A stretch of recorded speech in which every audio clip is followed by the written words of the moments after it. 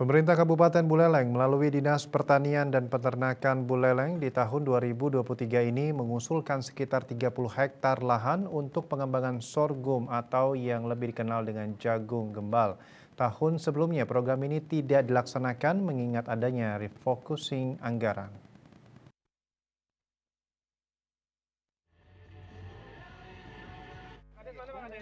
Ditemui di sela-sela panen perdana sorghum di Desa Kubu Tambahan Minggu 16 April 2023, Kabid Tanaman Pangan Dinas Pertanian dan Peternakan Buleleng, Igusti Ayu Maya Kurnia menjelaskan prospek menanam sorghum ini sangat menjanjikan. Masa tanam yang hampir sama dengan jagung ini bisa dipanen dalam setahun sebanyak 2 hingga 3 kali. Bahkan tanaman khas Kabupaten Buleleng ini bisa ditanam di lahan kering atau lahan-lahan yang tidak terpakai. Di tahun 2023 ini, Dinas Pertanian dan Peternakan Buleleng juga kembali mengusulkan sebesar 30 hektar lahan garapan untuk pengembangan sorghum ini. Jika ini terrealisasi, kelompok-kelompok Subah-Abian yang ada akan diarahkan untuk bekerja sama dengan unit pengelolaan hasil UPH di Desa Sanggelangit, Kecamatan Grogga. Tidak saja sebagai bahan makanan, tapi bahan untuk upacara yajna. Jadi kenapa di beberapa daerah memang harus tanam jagung gembal ini. Nah, kalau bicara potensi dari laporan teman-teman di kecamatan, semua kecamatan di Kabupaten Buleleng ini ada sekitar kurang lebih 800 sampai 1000 hektar masih bisa kita tanam.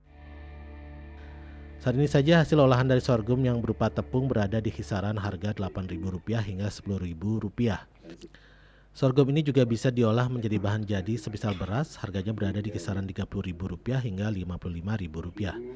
Sementara itu, salah satu tokoh penggiat sorghum Buleleng, Ketut Putra Sedano, meminta agar pengembangan sorghum di Kabupaten Buleleng benar-benar digarap oleh pemerintah daerah. Bahkan saat ini sudah banyak perusahaan-perusahaan menawarkan diri untuk membeli bahan baku sorghum dari hasil panen petani di Buleleng.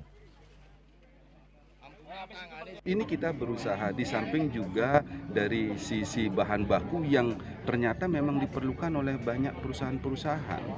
Ya, banyak memerlukan hal ini, sudah banyak menghubungi kita sehingga kita sampaikan kepada petani-petani untuk menjual hasil ini, nggak usah khawatir. Kita siap memfasilitasi dan kita siap membeli untuk hasil seberapa pun juga. Permintaan sangat banyak. Di samping itu kita tidak saja hanya menjual, tapi bagaimana kita untuk berupaya mengelola dan mengolahnya supaya menjadi bahan jadi yang siap saji.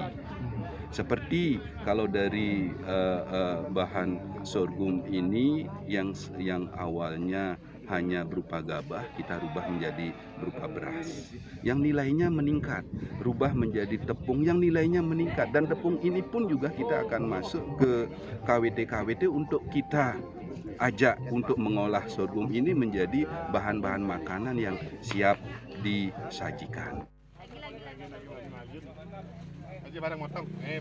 Komang Yuda, Bali TV.